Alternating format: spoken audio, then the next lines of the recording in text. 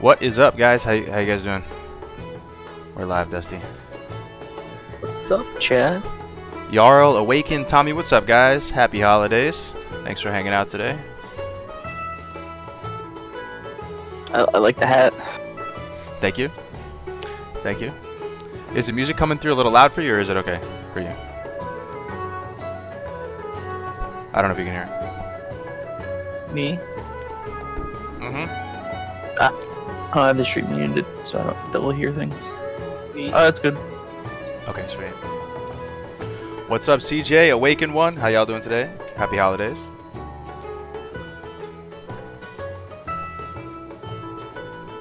Just let it fill up for a second here. I'm gonna go get some coffee. Mm-hmm. I'm drinking some white peppermint mocha coffee today. Music could go down. Thanks, bro. Let me try it.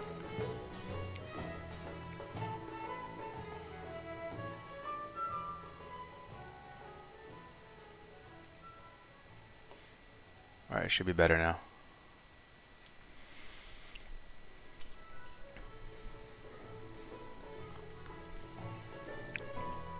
I just wanted to turn the stream on today, guys. I haven't talked with you guys in a little while, just by myself. So thought I'd turn the stream on, just kind of update you guys, talk about Classic a little bit.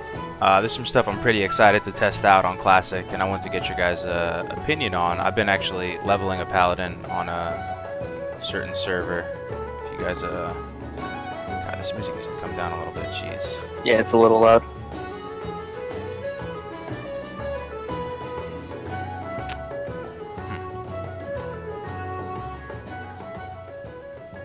There we go. That should be better. Alright. But yeah, this is going to be just kind of an AMA. We're just going to kind of talk and shoot the shit, talk about Classic. If you guys have any questions about maybe some of the certain classes, the leveling guides, you know, I'm happy to try and answer them best I can. I've been leveling with Dusty on a certain server, but I'm pretty excited for Classic, guys. I think I'm going to go Warlock. I know I've been talking about it for the past couple months, you know, going back and forth on whether I was going to stick to my Hunter roots or try a new class, and I think I've decided I'm going to go Orc Warlock for Classic. So I don't know what you guys are playing, but I don't know. I really like the Warlock class in vanilla. They're so much fun. They're great. You know, they're great for what I want to do with the game. So I'm curious what you guys are playing, if you guys have figured it out yet. What you guys are up to? How are you guys killing time before Classic starts? You guys been playing any new games? Have any holiday plans?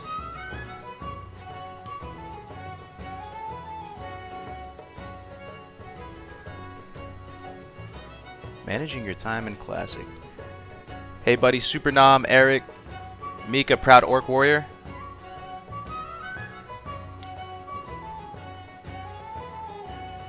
The extra bag for soul shards, yeah.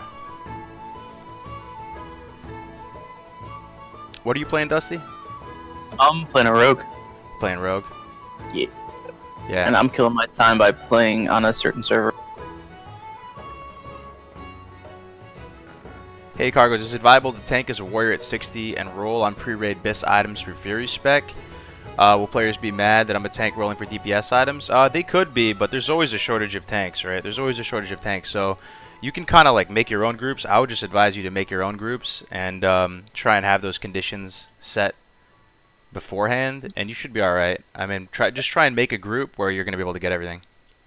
If that's what you're. Yeah, I mean, if you're rolling with guildies too, I mean, I'm sure they'd have no problem because they're guildies and friends. Yeah, exactly. Yeah, Dusty and I, we're making a guild, by the way, guys, on Classic. It's going to be a lot of fun. It's going to be kind of a two-part guild. There's going to be a kind of more hardcore guild where it's going to be smaller, and then there's going to be a bigger, kind of more casual social leveling guild. And we'll have people kind of graduate from that casual guild up into the more hardcore one. We'll be running a few raid groups and stuff, but I think the plan for Classic, I don't know about you guys. If you guys have any strategies on how you're going to approach Classic, like how you're going to level in Classic, definitely put it in the chat. I'm interested. I think our plan was to go pretty hard, like go 24 hours right off the bat, and then go 18-8 for like a week and get 60, and then start dungeon mob tagging our alts through 60. To 60 in dungeons, because I'll be streaming it, so I'm probably gonna get wrecked a few few times out in the open world, to say the least.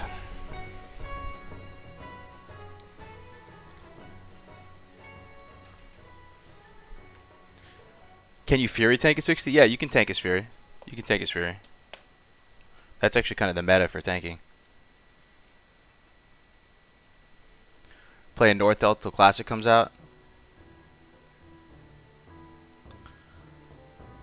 Are you questing with a partner? It's going to depend. Yeah, so that's a good question, man. That's a good question, Eric. Thank you. We're getting the conversation flowing a little bit. So it's going to depend. I think on the once we understand what the server pop's going to be, like 3.5k, 5k, 7k, whatever it is, that's going to influence the strat, right? What do you guys think? I mean, if it's a smaller population server and it's like super sharded, then maybe just solo leveling will be the best, you know, the path of least resistance up until contested zones or whatever. The thing about leveling in vanilla too, especially at least on the private servers, I don't know how it's going to be on real classic, but you have to be pretty adaptive and know when to pivot, when to change spots, be monitoring your XP per hour. So if it's super packed, if it's super packed for whatever reason, which I don't think it'll be, you know, even stuff like exploration leveling becomes somewhat viable, or leveling in groups and just tagging whatever you can tag. But let's assume that it's sharded up till... When do you think it'll be sharded to, Dusty, if you had to guess? I'm hoping just starting zone, just like, you know, Duratar slash maybe... I wouldn't want sharding in the Barrens. We had sharding in the Barrens on the beta, and you didn't see anybody. Yeah, that was weird. If you guys were watching the stream for Barrens, that was weird. Like a ghost town, man. I hope it's not that bad. They can increase the shard amount, though, right? Maybe... I mean, it might have just been that there wasn't a high dense... I mean, there looked like there was a lot of people, but most people were probably just on, like, certain streamers' servers and things like that, because, I mean, you had a lot of people when you did the PvP. Yeah. I hope if there is sharding in Classic, man, I would just like it to be in the starting zone, to be honest. Like, even just 1 to 6. I think it'll probably be a little more than that. Like it'll probably, man, if I had to guess, it'll probably be sharded through Elwyn and Duratar. Maybe 1 to 10. Like Elwyn and Duratar, right? Or or like Mulgore and stuff like that. Yeah. How good can Shadow Priest heal in dungeons? Asking because I really love to heal, but soloing stuff doing damage is fun too. Yeah, you can. Shadow Priest can heal all the way to 60, as like they can heal dungeons all the way to 60. 1 to 30 sharded, dude? Are you... I mean, that's insane. That would kill it, dude. I don't know. 1 to 30 sharded? That would be rough, man. That would be rough. The 1 to 4 zone? You mean the 1 to 6? That's what I hope it is. I hope it's just like Northshire Abbey and stuff. One thing people don't talk about too much, too, is you think that they should do dynamic respawns on all the books and everything and all the quest items you have to pick up? Because some of these quests on a crowded server are damn near impossible to do. When it comes to looting a specific thing, or... I mean, dynamic respawn on that stuff would be good. That's one thing retail did do well with, like, just not having it even despawn and just letting people get their quest items, like, right away and stuff. I mean, some people don't like that, but I think it helps, because, like, why do you have to sit there and wait 10 minutes for an item? Like, yeah. Like, or if, like, you're tagging a mob and then some dude just comes and ninjas the thing you've been camping on for 8 minutes. It's true, man. Have they talked about dynamic respawns? Yeah, they were saying that... My impression was that they were going to do dynamic respawns. And we don't really know to what capacity they're going to do dynamic respawns. What do you guys hope for in the population cap? We were talking about this the other day. Do you guys want a really small server, 3.5k, 5k pop, 7k pop? Do you want the mega population server? Should they do a bunch of them with different population caps? I'm curious what you guys want. I personally like the more intimate environment. I like you know, when you're walking around the world and you see someone, horde, friend or foe, you know, it's kind of nice when you see them. You know, you kind of notice, as opposed to just seeing people all the... Hey, what's up, Lestor? How you doing, man? How you doing today, Lestor? 3.5. I'd personally like 3.5, and for them to consolidate servers at some point. Yeah, that would be ideal. Finding Bingles. Yeah. Yeah. I mean sometimes, like on Northdale, for example, the dynamic respawns, if you do dynamic respawns in other zones, it can get it can get insane. It can kind of almost be game breaking. Like the pirates in Tanaris, in that pirate scope, I was there the other day, and those things are respawning like in a minute or less, and it just felt so broken. I don't know. So it's a slippery slope once you start doing dynamic respawns. I feel like that's in every cave, in any zone you're in, with dynamic respawns. Like if you don't clear them out efficient enough, you get locked in. You just yeah. Paladin's 46 Gintoki, 46. Yeah. It's been fun though. I like leveling a paladin. I think protection is the way to go though. I have to say, going deep ret, you know, it's doable, but I don't know. I personally like the play style on paladin a little bit better. Going reflect damage, stacking reflect damage, and doing AOE grinding like that. I think even without reckoning, like sit procking the reckoning, you could that would still be viable and still be a way to go. Also, tanking as a prot pally, guys, is actually pretty fun. Doing the dungeons on the way up, that's one thing I've been messing around with. It's actually a lot of fun. You don't have a taunt, really, and you pretty much have to use Seal of Righteousness instead of judging light or wisdom. Or instead of using light or wisdom, but it's a lot of fun. Prot pally tanking. But yeah. What are you guys going to go Horde or Alliance come Classic? We've been messing around on Alliance. We rolled Alliance, so we're like mid-40s now. And it's fun and all, but it's kind of like, I don't know about you, Dusty, but it's kind of making me want to play Horde a little. It's kind of like confirming that I want to roll Horde in a sense. Oh, 100%. I mean, this was the first Alliance character I've made in 15 years, and yeah, no. Yeah. It's funny, I mean, it's fun. It's nice to change it up and see the other side of it, but yeah, I don't. Yeah, definitely. It's definitely fun. One thing. So there's pros and cons with when Real Classic launches. Like some of the cons will be you won't be able to play with, you know, friends from other regions and stuff, like Europeans or people from APAC and stuff like that. But one of the pros is that you'll have off-peak hours, and that was another thing that I was thinking about in my strat for Classic, was to kind of structure your sleep schedule around the off-peak hours of your server. So you're playing during the off-peak hours and you're sleeping during the peak hours. I don't know what you guys think about that, but that seemed like it would be a smart play. Randy Hart, bro, what song is this? This is just from this is just some like music and ambience from the taverns in WoW, Randy. It's not from another game or anything like that. Oh, what's up, Platinum? Dad had his best in slot. Thank you, bro. How you doing, Platinum? Thanks for hanging out today, guys. Happy holidays. Hope you're all doing well. You know, it's a little bit of a slow time for Classic now. We haven't had a lot of news, but that's to be expected, right? We had a crazy BlizzCon, and we probably won't hear anything until the new year. But, you know, I've been taking it easy, just spending time, you know, with family and leveling a bit, taking a little bit of a break from going super hard with the content. But, you know, once next year comes around, gonna hit the ground running for sure. Got a lot of good stuff planned. But yeah. I'm excited for Classic, guys. I'm super excited. Eric, take it easy, man. Oh, you know what we can bring up, Dusty? This is one thing we were talking about, guys.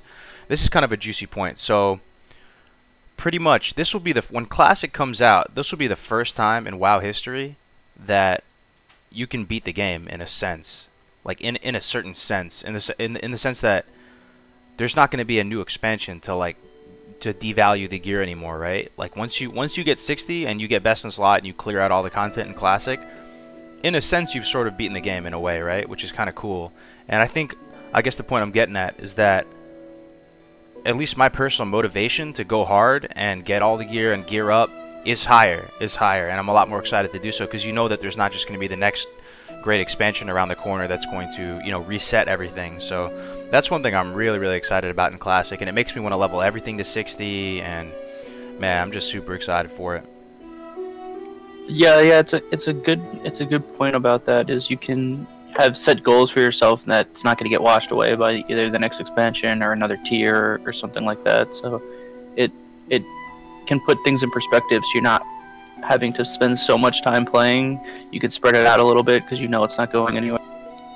Work towards some goals and not get burnt out as fast as some people will that want to get everything right when the tier opens up, so that because they know it's going to go away. Yeah, definitely. So, I mean, that's one thing I'm really excited for. I want to get everything to 60. I'm gonna race to 60 on my first character, and then start doing dungeon mob tagging to get the other characters to 60.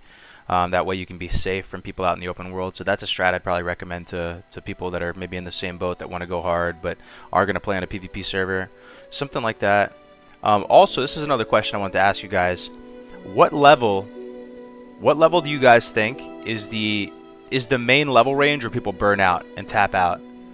Because I'm really curious to see what's going to happen once you get the masses involved with Classic, and people that haven't played the game in like 15 years, or people that may underestimate how much of a time commitment, how much of a grind it is. I'm curious to what level they're going to drop out at. I'm thinking 32, if I had to guess one level, man.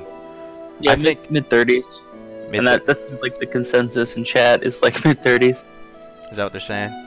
30s, 35 STV. Yeah, that's late 40s. You're giving them a little more. You're believing them in a little bit more, huh, Derpies?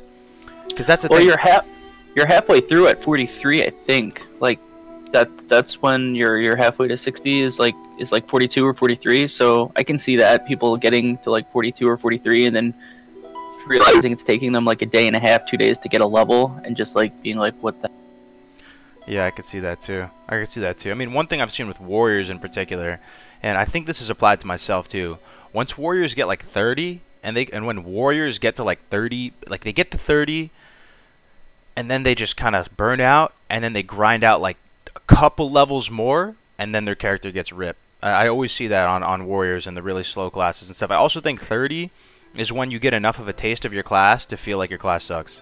And vanilla has an amazing way of doing that to you guys. I don't know if you guys agree or not, but doesn't matter what class you're leveling, you will reach a point while you're leveling and be like, damn, dude, this class sucks, man. These other classes seem so much better. Vanilla, even after all these years, it still has a little bit of that effect, even on myself. You just hit that kind of wall. And I'm curious to people who haven't been playing on private servers and treating WoW like, like the idea that there's, I don't know if you feel this way, Dusty. So you know how the private server community, we get so excited for fresh, right? There's fresh, people get so excited to hop on a new server. I think there's a lot of people that concept seems like insane to them. Like the idea of just restarting on a new character is like, it just seems so crazy with the time commitment of Classic. I would love it right now. Yeah. Like if they opened up a new server like tomorrow, I would just not even be mad. Yeah, yeah. So I'm just really curious to see what happens, like what the drop-off rate's gonna look like with the when the masses get involved, and seeing what happens there. Would there be one thing that what would make you guys not play Classic, or what would be like the biggest deal breaker to you guys if they implemented in Classic? Would it be like LFG, or what else would be a thing that would be terrible? I guess sharding in all the zones. I mean, sharding in all the zones, maybe like dynamic respawns, because you can just corpse camp mobs. Like there's a couple of things. Cash shop, yeah. I'll play no matter what. Yeah, kind of low key. I would do the same to Justin after all.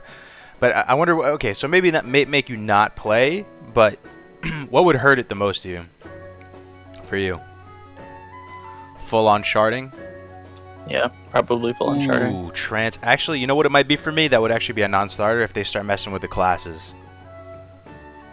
If they like started balancing? Yeah, if they started trying to balance the classes, ooh, man, that you're close there. You're close to really fucking the whole thing up. Yeah, imagine there's a fine line there. Oh, imagine they like start homogenizing abilities and tuning the classes. Yeah, that's probably GG. But other than that, nothing too bad. They look pretty true from what they said, true to the name about not messing with that stuff too much. I mean, yeah. So one can hope. Right. Some people are saying transmog in the chat. One thing I kind of like about vanilla. I mean, right now my paladin looks terrible. Like, you know what? Everyone looks like a potato. Everyone looks like a potato. You look so goofy as you're leveling in vanilla. Like my paladin right now, I have like a plate belly shirt. No joke. I shit you not. It looks like a plate little belly shirt, and I'm like a human paladin, and you know, you just look super goofy. You know, the weird little hats and shoulders you have, and I don't know. It kind of does. it kind of, I don't know, it kind of adds to the experience in a way, you know? I know you just, you know, you're used to everybody looking all goofy, just like a little ragtag. You're like a ragtag adventurer, you know?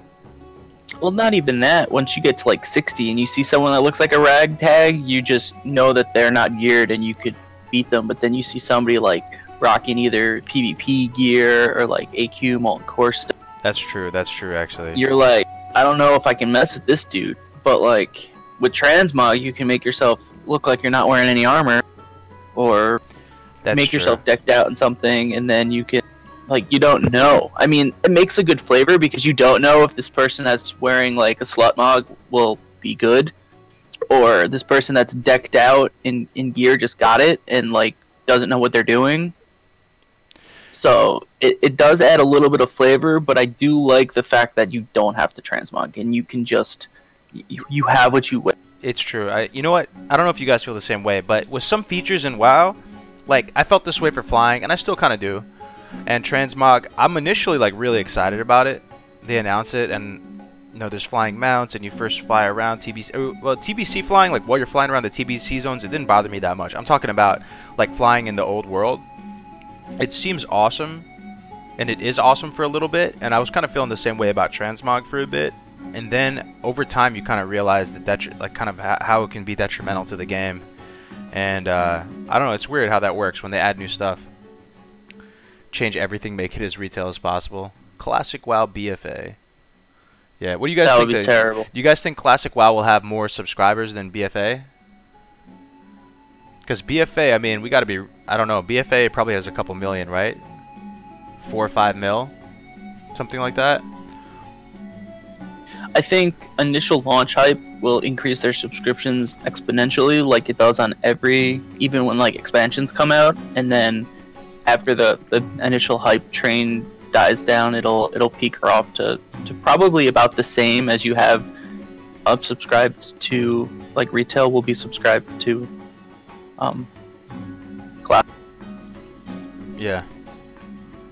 BFA is supposedly under 2 mil, is that true? I mean, I think Classic will have more than 2 mil, if that's true. I mean, how could it not, right? Do you think Classic will have under 2 million people playing? That would be really surprising to me. One thing that I hope doesn't happen, or I hope there's not some huge drop-off, man. Like, what if Classic launches, and then, like, a month or two in, there's a huge drop-off? What do you guys think? I hope it's not. I hope people just fall in love with it again and play it like crazy. This guy's saying Classic was great, BC was better. I don't know. I can't really compare expansions to the base game, though. It's kind of, it almost feels like apples and oranges to me, because you know, you're dealing with a game that had all the leveling experience in and all the different items and cool quests and stuff, as opposed to just an addition to it. So for me, the base game will always be the best. But as far as expansions go, I have to say, yeah, BC was my favorite.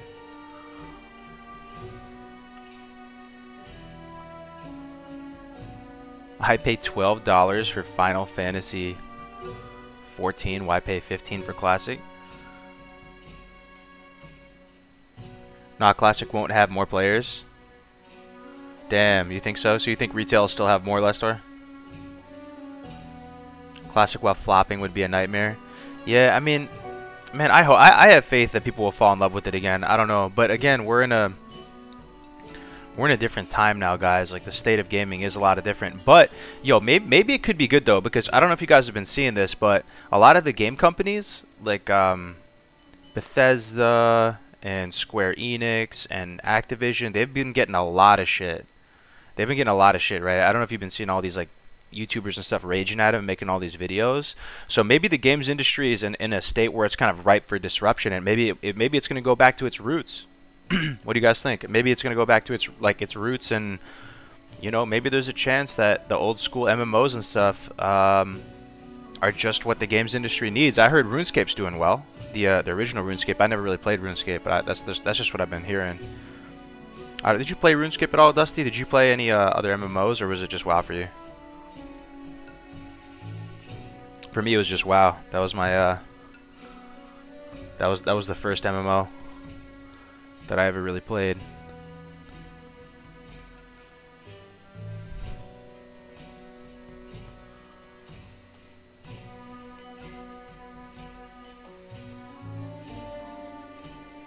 Depending on what Blizz does with Classic, it could turn out like old school RuneScape. I think gaming is in the post-modernism. What does that mean, Randy? I mean, you guys have been seeing this, right? All the different game companies have been getting a lot of flack, dude. Oh, are you in Discord, Lester? I'll pull you in the stream room if you're here. Let me see. Yeah, just come in the Discord, Lester. I'll pull you in here. Hargers, do you play on? I'm leveling a paladin on a certain private server. I'll be playing Netherwing from the 4th of January till Classic. Oh, that's the TBC. Yeah, I heard the TBC server is going. It had a shitty launch, but I mean, what private server doesn't have a shitty launch, honestly? And that it's kind of stable now. People have been playing that. Do you think MMOs are being made nowadays are way too profit-driven due to capitalism? I don't really know too much, but you definitely see a lot of microtransactions and stuff in all the different games, right? And all the different games we're playing. I don't know. To be honest with you guys, like, I've given other games a shot over the years and stuff. Like, I played the Star Wars MMO. I don't know if you guys ever played that one, but and a couple other ones too. But none really ever made me fall in love like how WoW did. Yo, what's up, Lester? Are you in here?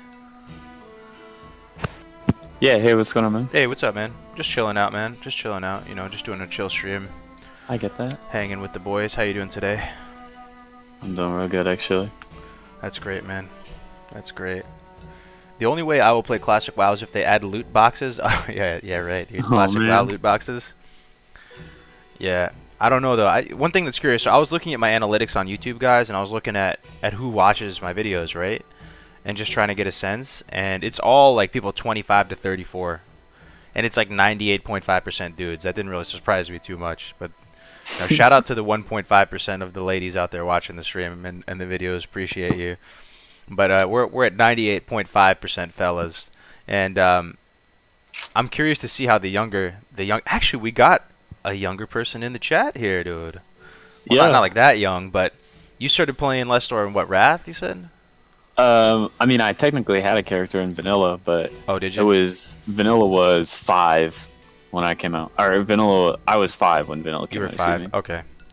Yeah, I wonder if we're gonna get some of the really younger kids in here. I wonder if they're gonna fall in love with it. Maybe. I mean, playing on some of the private servers, I've met a couple of guys. I mean, I could name them. I mean, I don't know everybody's age, but it's kind of easy to tell who's younger sometimes. And there's like 4 or 5 people that I know are as young as me that I've played with in guilds and stuff. But yeah, it's still kind of like, I don't know. It's pretty much exactly what you would expect, like you said about your demographics. It's all people who played it in their teens and 20s when it first came out. So now they're in their 20s and 30s. So, well, that's kind of the good. Well, isn't the average age of a gamer now like mid-30s or something like that? I was reading that somewhere. Like, I mean, like back in early development of games, it was more driven towards kids, but obviously nowadays the target audiences are, adults. So yeah, and that's also a reason why some companies have been going so hard with, microtransactions and boxes and shit, because they know their audiences have the ability to pay for shit, and they're not just kids anymore. That's true. That's true. People have a little bank now. People have a little bank. I'm 19 and I love Classic on Northdale right now. That's cool, James. That's cool. That is cool. Yeah, I'm really curious to see if the younger kids are gonna fall in love with it again. I sure hope they do. I sure hope they do.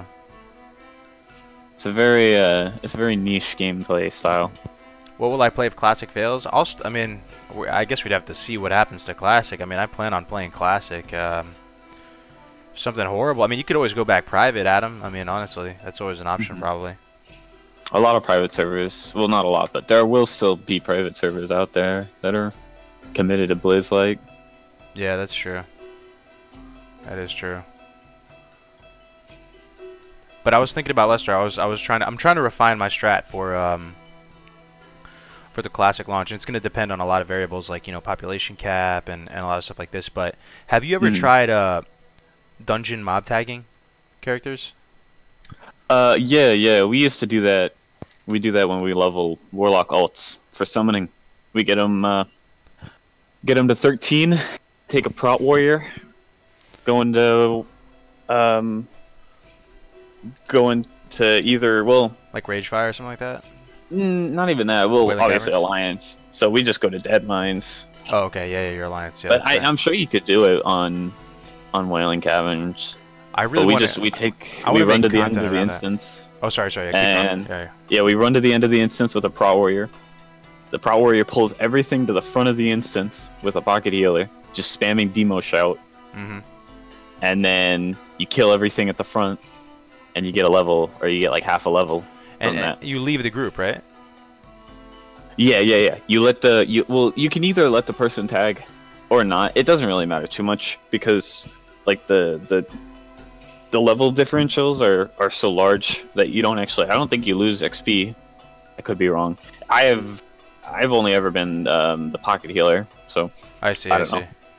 Yeah, I think you leave the group. I don't know. That's what I was hearing. People leave the group and like they tag it with like dynamite or something like that, or maybe not. There's something Mhm. about tagging with dynamite. That it could be outside of dungeons though.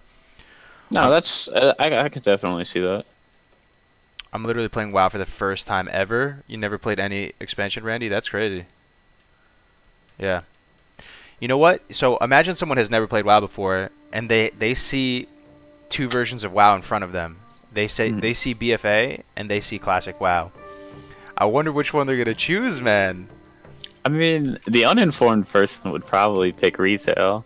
Right? Just- they see the just BFA on- cinematic and stuff, and it looks kind of cool. They're probably gonna pick BFA. Just on the idea of like a lot of uninformed gamers, it's like, oh, look at the graphics, it's updated, it's newer, come on, it's got to be better. But Yeah.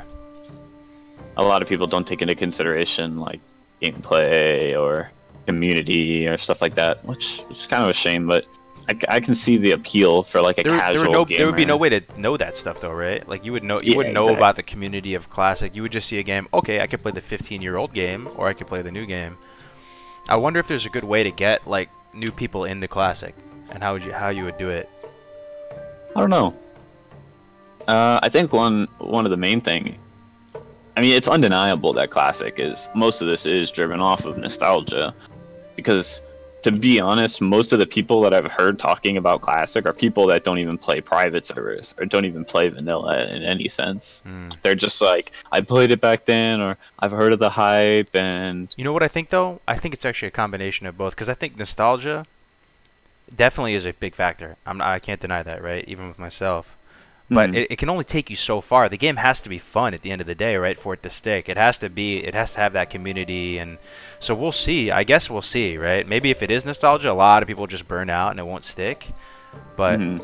I mean, at least with the private servers, I mean, there's such a there's so many passionate people about the game that if it's not nostalgia for those people, I guess, you know. I mean, Mhm. I just find it amazing. I've leveled so many characters over the years, and it doesn't get old to me for some reason. I don't know. If it was nostalgia, I feel like I would just like get over it. No, I mean, like, obviously, I'm not nostalgic about it. I play for, like, I never played back then consistently, and now I go, like, super hard, but Yeah. that's just because, I don't know, I mean, obviously, it's a very good game. It's a very in-depth game, and no matter how much you try to analyze it, there's always something else to be considered, so, you know, the game depth does attribute a lot to its appeal, but I think that might scare some people too. It's a big game, and it's a hard game, no less. Yeah, classic was pretty challenging. I'm curious to see what they're going to do with raid content, or like what chat's consensus is on if they're going to want to keep the raids the way they are, maybe make them a little harder, change them a little bit, because things just get blitzed now. Like, if Dire Maul is open at release, which is what we believe it is, Molten Core will be cleared the day it is open. I mean, Yeah. they're gonna release MC with launch. Right. It'll be cleared within 2 weeks though. Yeah, most likely. And the same with, like, I think BWO will be cleared pretty fast, and BW, I mean, it like, doesn't all seem the like rest- it's challenging until AQ40 when you have to use consumables and you have to have you can't just Zerg it. We're actually pretty lucky Every- right now with this one. We have Lestor in here who runs these things all the time. How many? I mean, you've done hundreds and hundreds of raids over, Yeah, right? I've- Hundreds. I'm 15 out of 15 weekly Nax raid leader. I pug Nice. AQ40 on Lightbringer, MC, BWL, like everything. And how old are you? I'm 19. 19 years No, old. He's that's got good, Nax on man. farm, easy clap, has every. Are you best in slot? Full best in slot now? I'm missing 2 items for my healing set. 4 items for my prot set, and 2 things for my ret set. So, I'm paladin. so we're looking at under 10 items to get full best in slot everything, right? So take it from your point of view. How would you like it if they made it a little bit more challenging, or do you want them to just keep it the same? Nah, if they make it any more challenging, then legitimately, this sounds ridiculous, but if they make it any more challenging, it'll be too hard for casuals. Really? And I know that sounds Okay. ridiculous. No, You're no, like, that makes perfect sense. like how could you say MC is too hard? But there's guilds that will take 2 months to progress through MC. Like that's just how it is. But okay, so how do you think, first of all, the 16 debuff slots, the 16 how is that going to affect you as a raid leader, making your composition, going through the early raids and stuff? Is it just give us the whole rundown, dude? This is some juicy stuff. I'm actually really curious. Okay, so they say raid difficulty. Raid difficulty is really more based off of what's accessible to you on the private servers. Whether you have Dire Maul, whether you have itemization like changed, the MC loot tables are updated, whether the rank 14 weapons and the blue sets are in the game, like the PvP sets. And like you said, the debuff slots, like that's a huge thing. Just it straight up makes it easier. Like no matter how you look at it. I think getting 8 slots up until the correct patch is kind of a big thing. And I think progressive DM is also a big thing. Well, it looks like that's out the window though. Cat's out of the bag there. They're rolling. So what are you gonna roll with though? If you had to roll, do you have more flexibility now? How does the raid composition change with 16 debuff slots? Like just trying to explain for the people if you could. With 16 debuff slots, melee becomes stronger because you can stack more armor reducing stuff, and also there is the possibility of bringing a Shadow Priest. But you don't really need a Shadow Priest anyways in MC because Warlocks don't get good until like Q40. Mm-hmm. And really, if you look at any super top-end guild, like, it sounds ridiculous, but if you go watch speed runs, like Progress and Dream State and those guys, they'll bring 3 mages, a Warlock, and the rest are melee DPS. Really? Wow. That's insane. For the top guilds, that's going to be your comp, is you farm rank 14 weapons, and you stack as many warriors and rogues as possible. So is Horde going to be stronger? With the Wind Fury? Nah. If it's super melee heavy though, right? Still, no? Yeah, I know. It's still salve. Salve threat early until your tanks get legitimate gear, okay. Like good weapons and some threat set stuff, and you get some of that hit gear. Like at a Curia or even like your 2.5 later, like salve is just so strong unless you have very good melee and they're very prepared. But even then, most of the super top end speedruns and guilds are almost always alliance. So if you had to do your last store strat, let's say you just hit 60 on classic, Mm-hmm. right? Official classic. What are you gonna try and roll out into MC with right off the bat?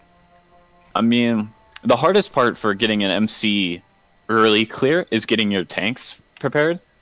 That's like by far the hardest part. Okay. Mostly your whole guild is just going to be farming whatever instances are available, looking for some of the prime BOEs for your warriors. You got your quail books, you got your stockade, pauldrons, your stone grips, right? That's super early stuff. That's like really, really good, and it'll carry your warriors to defense cap. Because you can farm your pre-bis in dungeons in like a week maybe. Mm-hmm. If you just spam dungeons. Even then you don't need pre-bis. The first MC cleared on Northdale was with 38 people, I think, and half of the raid was in greens.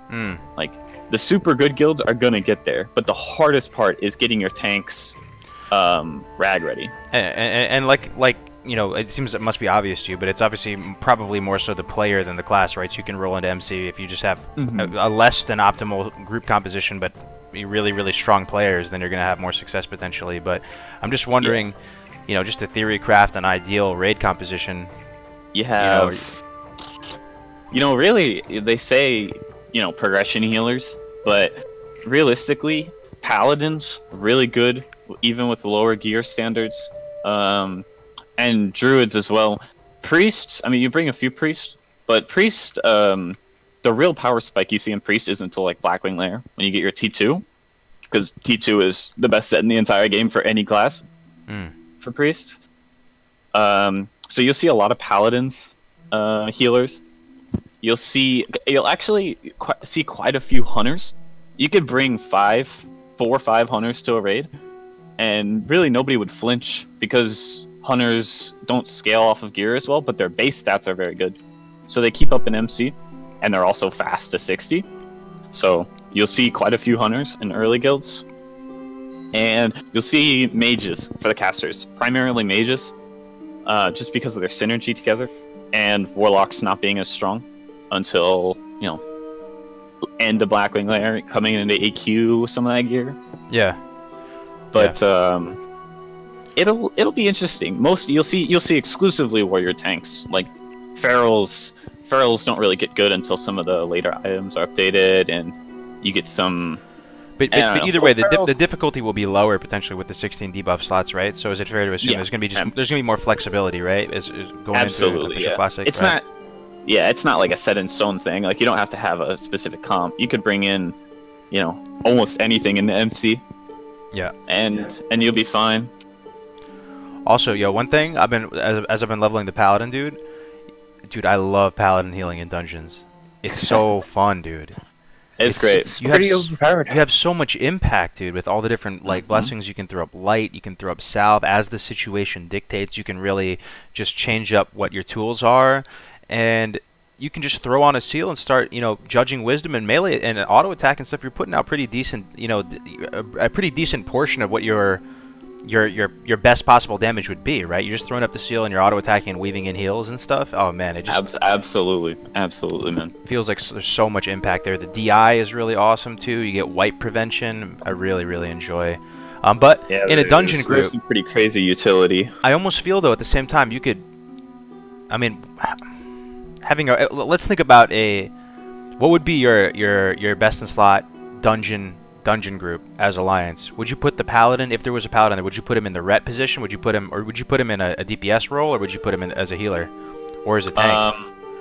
I mean, as stereotypical as this sounds, you get one mage, you get a warrior tank, you get a paladin healer, and then your other 2 DPS don't matter. Like, I mean, you could go for, you know, the super high fast clearing, like 2 more fury warriors, or like a rogue and a hunter or something like that. Like all physical damage, constantly moving. But if you're like still kind of progressing and like getting your pre-best, then definitely a mage. I guess we're talking about leveling dungeons though. This is one thing. Oh, leveling dungeons. One thing that I've seen a real benefit of when leveling guys is having another person that can heal. Like one of the DPS that can throw in off heals really is important, because you're likely not going to be playing perfectly as you're doing these pulls throughout the dungeons, and in vanilla it can be kind of a shit show. So having another person there that can heal and throw in off heals, and you can cycle back and forth, and like letting someone go and then start that spirit-based mana regeneration, then passing it off to the other guy, super good, man. Yeah, the problem with like trying to come up with comps is it is very dungeon specific. It depends what dungeon you're doing, what level you're doing it at. True. Because every class gets power spikes or new abilities. I full cleared SM as a pally tank, by the way, the other day. It was so much fun, dude. Oh yeah, that's so what I'm talking about, man. Yeah. Yeah, like some dungeons, they're a lot better for paladin or druids because of a little bit more AoE potential, right? And warriors don't really get that AoE tanking ability until they get like their raid gear. Do you think paladins could be the best AoE tank for AoE dungeon farming? Oh, absolutely. Paladins, in terms of threat, nobody comes close to an optimal paladin AoE.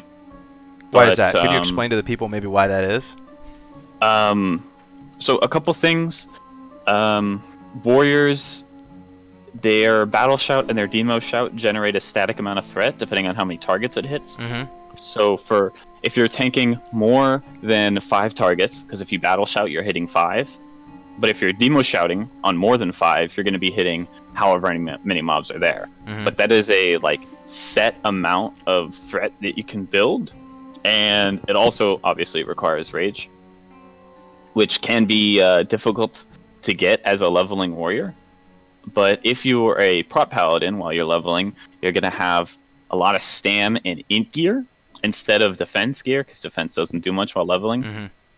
So your consecration will hit every target 8 times over 8 seconds.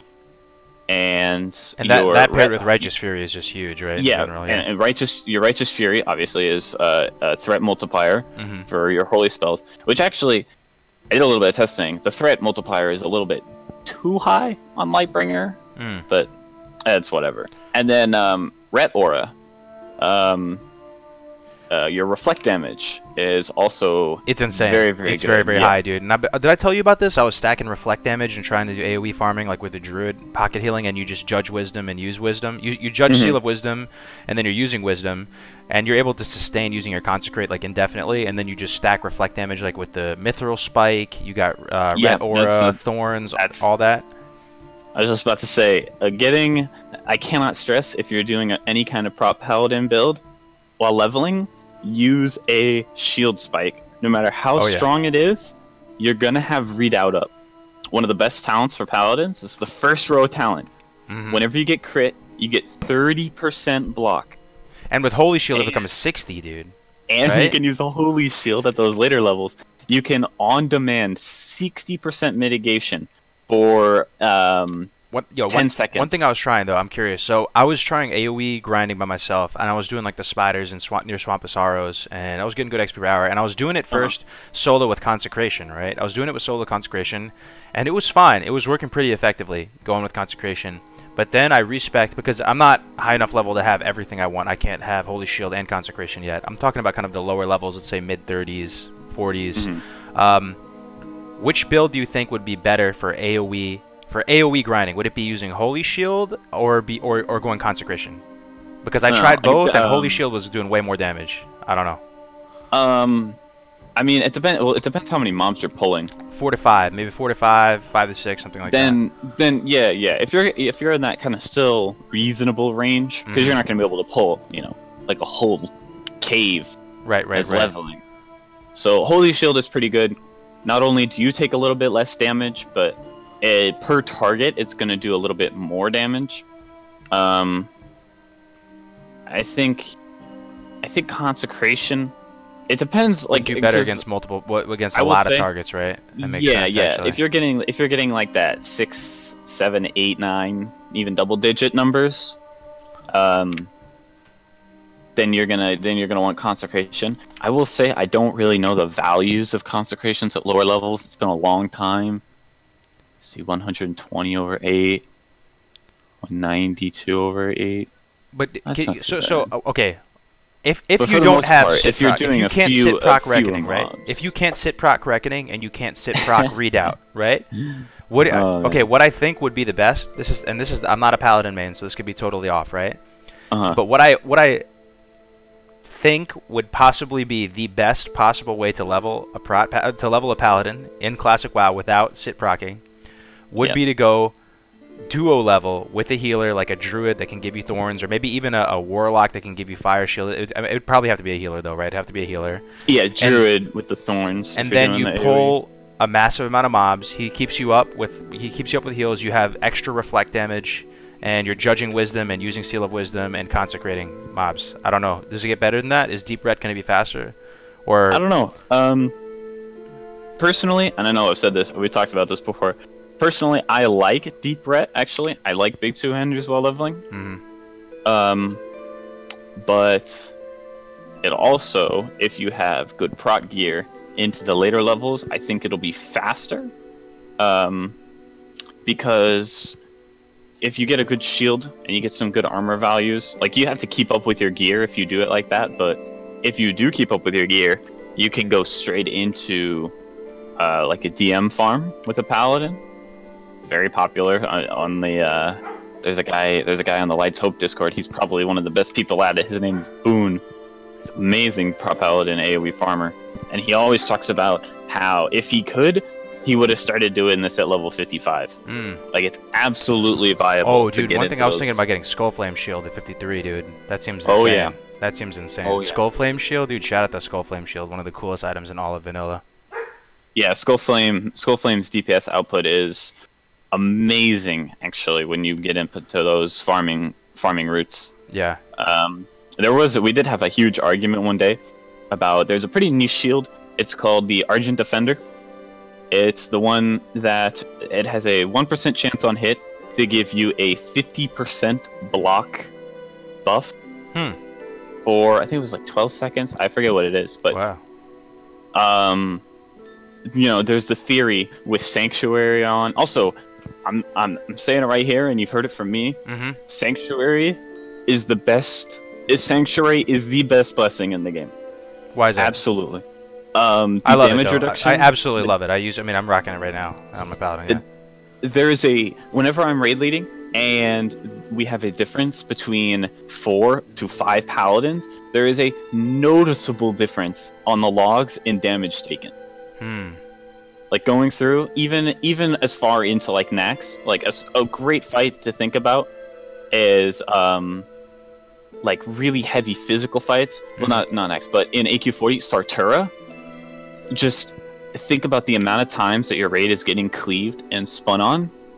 The amount of damage that it's reducing just by buffing that is more healing than you could put out. Wow, that's insane. Wow, I've never heard that before. That's crazy. It's ridiculous how much it actually Force reactive disc too. Yeah, Dawkins said force reactive disc. That's a pretty cool item as well. That's the engineering thing, right? That does damage when hit.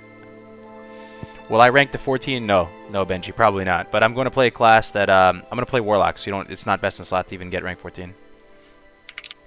But yeah, for those of you just tuning in, man, I decided I'm going to go Warlock in Classic. It took a lot of deliberation. I'm curious to what you guys are going to play in Classic, but it's the type of thing where you have to think on it for a bunch of weeks. IMO, man, you got to really think about it. Hold on, Miss Pandaria music is coming on right now. This is no bueno. Let's change this. Can't have this Miss Pandaria music here. No sir. But so you're going Shaman, right, Lester? A couple classic. Paladin? No, I'm just trolling. Yeah, he's going. That's a weird way to say Paladin. That's a weird way of saying Paladin. That's funny. I think it's a great way to say Paladin. I'm going Hunter then Warrior. Now, does a part of you, Lester, want to go Hunter or Mage if Dire Maul's just for the financial aspect of it, and then level the Paladin second, or are you just going Pally from the jump? If they release DM and ZG in groups like that with like the launch and with Blackwing Lair patch, anybody with a head on their shoulders and a mage at level 60 with any kind of stamina and int gear will be a very rich man. Yep. The amount of money you make DM farming and Bijou farming is unparalleled. Yeah, I mean, you heard that mages can solo the freaking Crocs, right? With AoE farming, the Crocs solo. Yeah, it's insane. That's so insane. Yeah, there's a lot of people don't even know about it. Like, I didn't know about it until into AQ40, and then a hunter friend of mine was like, "Yeah, I have a mage. He's in like full T1 that nobody wanted, right? Because mage T1 isn't even really that good." Yeah. And I park him at ZG, and whenever I'm bored, I'll go there and I'll get like 400 Bijus in a couple of days. Yo, that's crazy, dude. And people are buying them because nobody wants to fucking run ZG. ZG's awful. Until you there's like 10 items out of ZG that you want for your whole raid, and nobody gets Bijus and nobody gets the rep. And a lot of people just end up buying the couple hundred Bijus that you need to get to Exalted, to get the enchants and the Zanzas, and makes sense. It's one of the best ways to make money, and people don't even know about it half the time. Dusty, you're a rogue man. Lester, you're a paladin man. How do you guys make gold? How do you guys make gold? Not that you don't have to tell your most secret sauce strat here, but what do rogues as generally a rogue, go to? Yeah. I was grinding dungeons until they nerfed them. I don't know what it's gonna be like when Classic comes out, but I mean I'll give it up. It doesn't matter. The tombs in ZF used to give like 50 silver to a gold each in some of them, so you could just do a run in there. Plus you have the rare mob that spawns that would drop like some good legend epics and things like that. So running ZF, running Alderman, 2 rogues can solo most of Skullomance. What? That's crazy, dude. Yep. So like you can get you can make a lot of gold doing dungeon runs, and it's not contested. Rogues can also, I mean, like, because Hearthglen and Tyr's Hand are also really farmable because of like the Crawlblade drops and some of the other really high-powered epics. I wonder if you're gonna be able to pickpocket BRD, right? Because they changed it, I think, on private servers. I don't know what it's gonna be like in regular Classic, but they net you now, right? They like root you. I don't know. It's weird. Like on Classic, I haven't played Classic in a very long time, but like in retail now, you can only pickpocket humanoids. But like leveling on private servers, you can pickpocket like Yetis, and then I can skin them. So like you're pickpocketing a Yeti, you're killing a Yeti, and you're skinning a Yeti. It's like all the value. But pickpocketing is also viable. It's just a little bit slower. I see. But it's mostly just farming dungeons, like, and then Tyr's Hand North and the one place in the Western Plaguelands. But it all depends on how contested it is. I think it's just dungeon farming. You can't really AoE farm as a rogue. Yo, we got a subscriber, Twitch Prime subscriber, Alex Jenna Z123, just subscribe with Twitch Prime. Yo, thank you so much, man. Sorry I was a little delayed with that. But Nice. Thank you, bro, if you're still watching, man. I appreciate you, man. Message me in the Discord, bro. I'll give you the rank in the Discord. Thanks again, man. But what about you, Lester? What's your go-to? Do you just partner up with someone to make gold, or is there some secret pally strats here? Nah, not really anything Paladin specific. You can do the... You charge a service fee for your raid leading? Oh my gosh. Man, that's after. I make so much gold off of raid leading and selling stuff, but in earlier levels, I go something I did back on Elysium. I rolled skinning, and I ran Ubers every day of my life, and I farmed. I was like one of the #1 suppliers on the server for Black Dragon scales. There you go, nice. And you sell them. Usually the price was a gold to a gold 20, and you can get like if there's no other skinners on the run, you can make 30 scales a run, plus the usual pull off of like random Ubers stuff.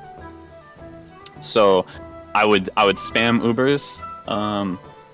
Later I learned, obviously the king of money making throughout, no matter what stage of the game you're at, is herbalism.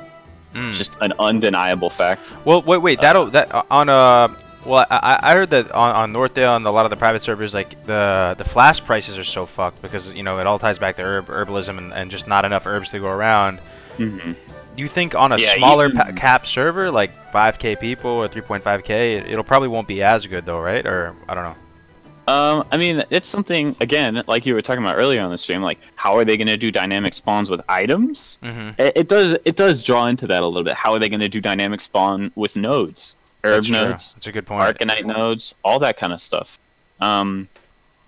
If, like, right now, on there North probably Dale, shouldn't be, though, right? Should there be dynamic spawns on the nodes? I'm trying to think about that. That sounds kind of sketch. In all honesty, if you think... A lot of people are like, no, dynamic spawn on herbs is bad.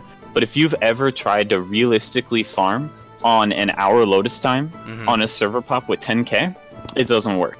It absolutely does not work. There is not enough flasks to go around, and no matter how much farming you do, you will not be able to sustain progression for like the guilds that actually need flasks. Right now on Northdale, the lotus timer, I believe, is still 22 minutes. Even like this, the flask price are fucked, like you were talking about. Yeah. It's like an 8k to 10k pop still, and there's only, I mean, you can do the math, 24 hours in a day. There's how many? There's 1, 2, 3, 4 zones that spawn lotuses times 3 an hour. That's 12 times 24. That's about 300 lotuses a day, optimally. And if you think about how many raids go on a day, That's and how many crazy. people are in those raids, if you like start doing the math, you realize why flasks. But isn't it a slippery sometimes slope? If you over if you 100 make it gold. dynamic respawns, isn't it gonna cause like massive inflation and stuff? Or what would happen? What would be the downside if you just started having freaking nodes spawn like crazy? Well, that's a problem right now on Lightbringer. Again, another issue on Lightbringer is that the nodes are still spawning at high bright pops. So Oh. I could go out if On I'm the 400 pop server? Yes, on the 400 to 800 pop, the Lotus timer is 28, I think, 28 minutes. There's almost 2 an hour. That's insane. And That's I could go to EPL right now or Burning Steps right now and do 1 lap, and almost every node would be up. And by the time that I got back or did another half a lap, they would be spawning again. So are you one of the biggest ballers on Lightbringer? I'm assuming. No, That's awful. I don't farm too much anymore. I've already got all. I could not farm for the rest of Lightbringer and be fine through next and all that stuff. There's a lot of people who do still farm though, and another I just thought back to this, a super secret spot, and I'll let you guys in on this secret Lester. I learned this from my old raid leader. His name was Katie Perry. He's one of the best warriors I've ever played with. He told me of a spot over in Decilis. It's one of the least known spots in the game. There's 2 almost always super high-end herbs. Okay? There's the lotuses and there's your dream foil and stuff. Grom's blood is always expensive. It'll always be the highest rated high-level herb. It only spawns in a few zones, and one of them is Feltwood, a really heavy PvP zone. Okay? There's another really good place it spawns. It's called Manorock. Manorock. Oh, Coven. Manorock's Coven. Yeah, I know that place. Yep. Yes, Grom's blood spawns there. There's 15 nodes, usually on 15-minute timers. And guess what? About a 2-second run north, there's the Kodo Graveyard.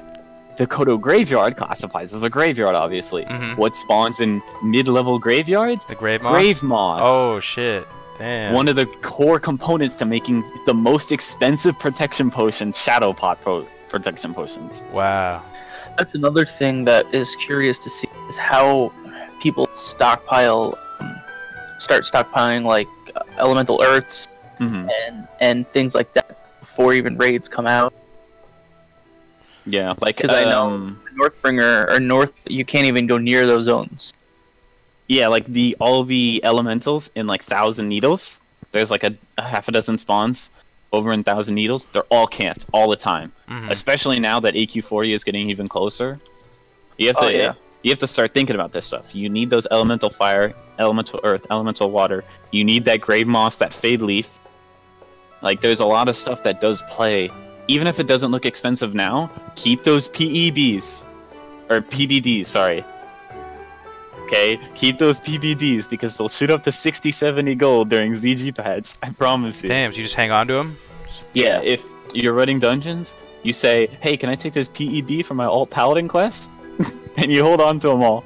And There then you when go. ZG comes out, you have like a dozen in your bank, and they're like 50 gold a pop easily for ZG enchants.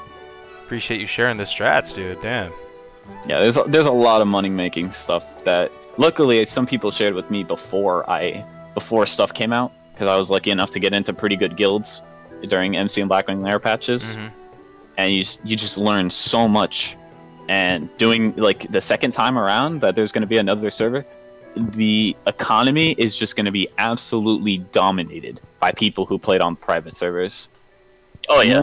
Even more so. Like the imbalance of wealth and knowledge is insane between non-private servers and private server players. Even if you know a lot about vanilla but you've never played, it'll still be difficult to keep up just because of the future knowledge that people will have on you. It's true, man. You know, it's crazy though, man. Like I don't know if it's the case with you guys watching right now, but vanilla to me back in the day, I mean, I was like 14 or something. It does feel like kind of a haze, dude. It just feels like a blurry haze. Like I'm thinking back on it, like I think the vast majority of what I know about vanilla now is through these private servers. So. Mhm. Oh, dude, I still have nightmares of the fucking Pistons in BWL. Yeah. and spending hours farming fire resistance gear for Rag because the guilds I was with had no idea what was going on and just yeah, like requiring everyone in the raid to have 200 fire resistance. What would you play if you were Horde, Lestor? Out of curiosity. If I was what? If you had to roll Horde for some reason, for some unknown reason. If someone like forced me to roll Horde, yeah, I'd probably just play like a troll mage. Troll mage. Why is that? Yeah. They're awesome. Trolls are cool. They have a great racial for PvE, one of the best racials for PvE. Oh yeah. And I don't know. For mage wise, I think that would be like my next go-to, just for money making. Yeah. And they have 2 toes. And they got some toes. People. I know some people that have a strict policy on not playing classes that don't wear shoes. Oh man, my when I started playing with my girlfriend, she originally rolled a troll, and she got to like level 7, and she got her first pair of whatever boots, and she was like, "Oh, I can see his toes through the boots," and she had to re-roll. We had to go straight back to the starting zone. That's so funny, dude. I'm actually legit. So while vanilla was a haze, it was a hazy mess for me, and even the raiding, bro, like it was. Oh man, it was a shit show. But I still remember the guild I was in, I guess. But one thing I do remember doing back in the day is legit deleting characters because I didn't like the fucking name or I didn't like the hairstyle or whatever it was. Like just being really OCD about that because there's no way to change it. You know what I mean? Like the permanence was crazy. Yeah. Yeah. It's. I mean, I know guys. I mean, there's like more serious reasons to respec. I know a guy who played a human priest, and we were like, "Hey, play a dwarf priest," and we power leveled him a dwarf, and we got him like full T2 within a couple of BWLs. Like we spent like 3 or 4 weeks just getting this guy a dwarf priest. Yeah, dwarf priests are overpowered. Dwarf priests are overpowered. How do you feel about female night elf priest? My name. Night elf priest. Let me know about female night elf priest, dude. Do they trigger? Night elf priest. Night elf priest is the worst priest. Like absolutely the worst priest. Man. Yeah. But for Alliance, it's. You don't get the spirit. You don't get the fear ward. You get star shards, bruh. It's a channel, bruh. It's OP. Oof. Yeah. Dwarf priest is the only priest getting into my raids. Oh damn, that's strict. That's strict. What about you, Dusty? If it wasn't rogue for you, what would you be playing? Probably warrior. Warrior. So you like the melee? I'm a melee class player. Yeah, nothing wrong with that. Nothing wrong with that, man. I mean, range is fine, but I don't know, I prefer to be up in someone's face. Yeah. Night Elf Priest is Biss. Shadow Meld is great for PvP. I do like... Well, one thing, did you guys know about that, Lester? The other thing where Shadow Meld gives you that passive stealth modifier. There's some application... Shadow Meld is actually kind of good for PvP. On Hunter, it's good. You can get the stealth cat, and you can Shadow Meld as well, and you can get the jump on people if you're a defender in the flag room or some stuff like that. It's good for rogues, you know. The secret passive behind Shadow Meld. Secret passive, yeah. I did learn about that a while ago, and then I heard... who was it? Serrana, yeah. Serrana was talking Serrana? about it, yeah. Yeah, he's... Yeah, some of those guys that we were talking with, I do have a lot of respect for them. You do manage to bring in some of the best of the best. Yeah, some good players, some 200 IQ players for sure. Especially, I mean, I felt kind of weird because I'm not as PvP oriented. I know some about PvP and like, especially paladin mechanics. Not as much, but those guys, you know, super PvP focused. Just very, very. I don't know. Like just interesting to talk to, man. Like they are. They're just nice guys, yeah, man. It's cool chilling with them. I do have a selfish question for you though. So when it comes to paladin, is there a spec where you can kind of be, you know, prot and still kind of heal in some capacity, and still like, is there any kind of flex spec like talent build where you can heal and tank in some suboptimal way to do both, or is it really, you know, is there cookie? You know? There's a couple different builds. There's a holy shock with I mean you can go into prot, and even picking up holy shock, you can get all of the base talents for prot. You can get your readout, your shield spec, your imp righteous fury. Can you go down like to reckoning and stuff and still be you know good? That is a really underrated build. It's very well named, Holy Reckoning. Holy Reckoning, right? Yeah. You go, you get the 25 in Reckoning, and Mhm. you pick up all the base downs. You get the readout, the hit. You can pick again. It's very flexible. You can pick up Righteous Fury, or you can get more armor. Like both are, not mandatory. But if you like tanking, you get the Righteous Fury. You get the Reckoning, and then you go down and you get all the staple healing talents: Divine Intellect, Spiritual Focus. And if you were to go that spec, could you slap on a shield, throw on Righteous Fury, and tank 5 mans, no problem? Absolutely. As long as, in my opinion, as long as you have Readout and Imp Righteous Fury and Consecration, you can tank anything. That seems like the spec, dude. That sounds like so much fun. That sounds perfect. That sounds so Holy much Reckoning? fun. Yeah, Holy Reckoning. Yeah, and it is beast mode for PvP. Because I talked about this a little bit. I mentioned it. You just say you're healing, right? And a rogue or a hunter jumps on you. You throw freedom on yourself. They get a couple crits. You're trying to keep up with your team. Every once in a while, you just have your two-hander on, right? Yeah. You just have whatever two-hander you have, and every once in a while, you can turn around, seal righteousness, boom, slap them 5 times in one swing. It does feel so good doing wreck bombing people. I have to say it's one of the most satisfying things. Are you letting that guy into your raids though?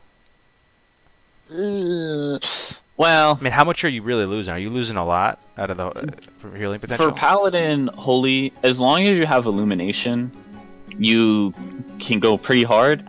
But a lot of people they underestimate the Holy Power, the 5% crit at the bottom of the tree. I think that's really what pulls Paladins, up a little bit, because taking off 5% crit, that would be absolutely detrimental to a Holy Paladin like Raider in terms of healing output and just longevity in fights. Right.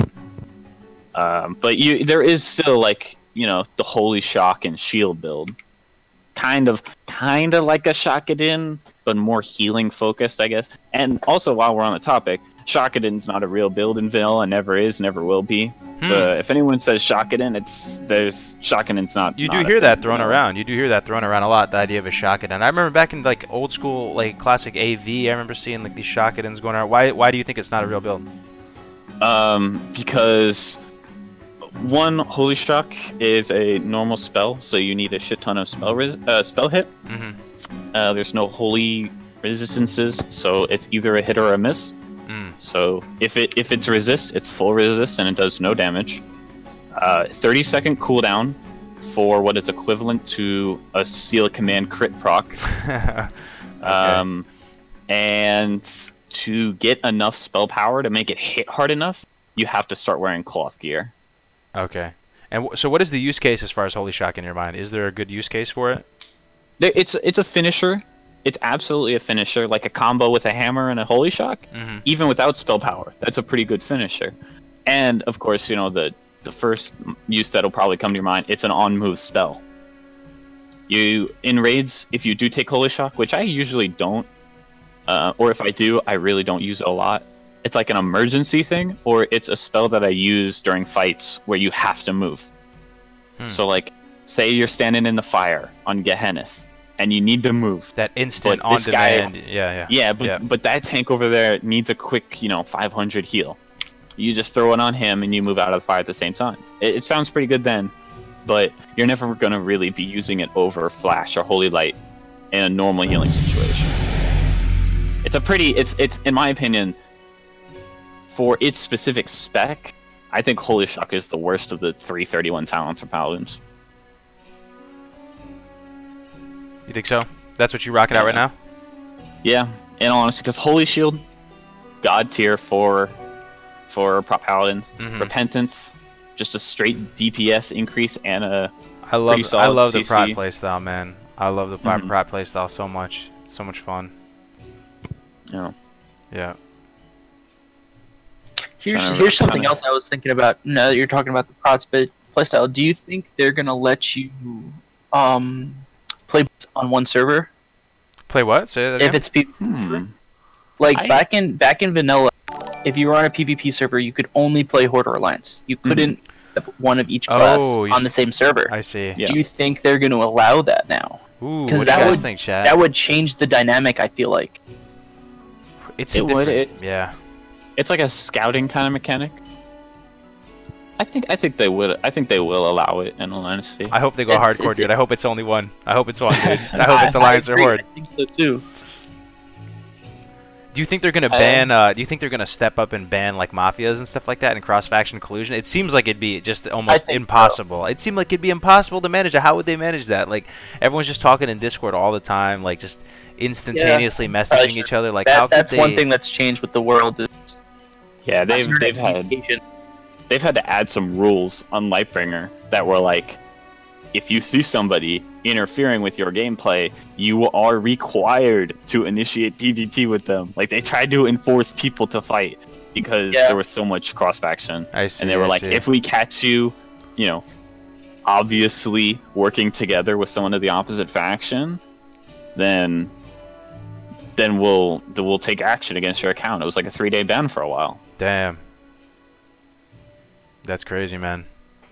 But for mafias, I don't know. I don't think there's any way you can control mafias. There's nothing in the TOS that says you can't do it.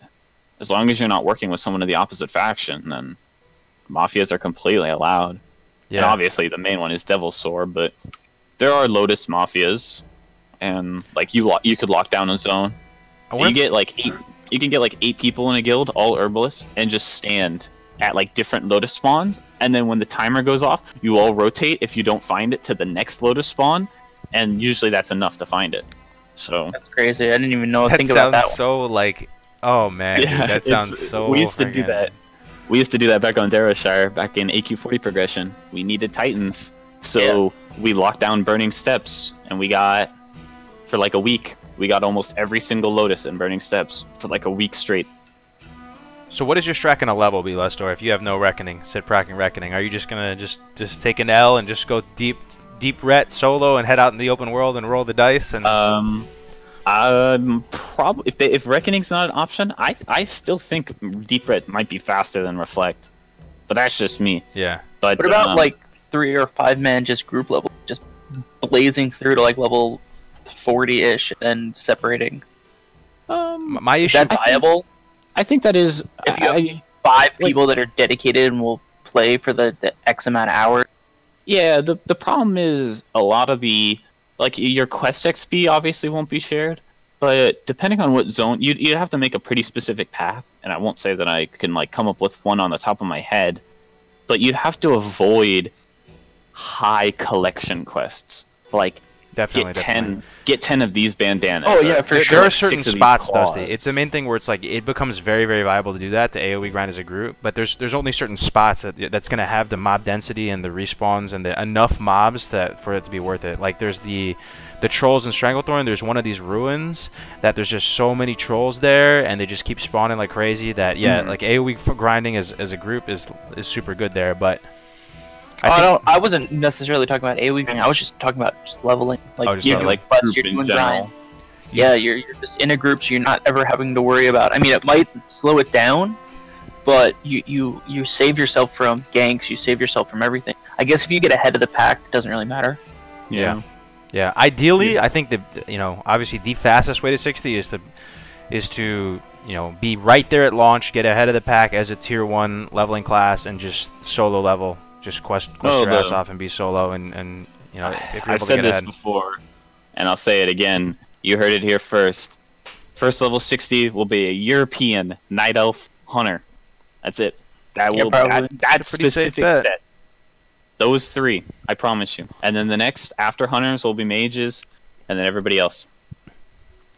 Man, 100%. People keep putting mages at tier 2. I'm kind of cynical in the sense that I don't think they're going to have access to all the good AoE grinding spots, man. I think it's just going to be too... No, on Northdale, there was a guy, I forget what the name of him was. It's the guy who always gets 60 first.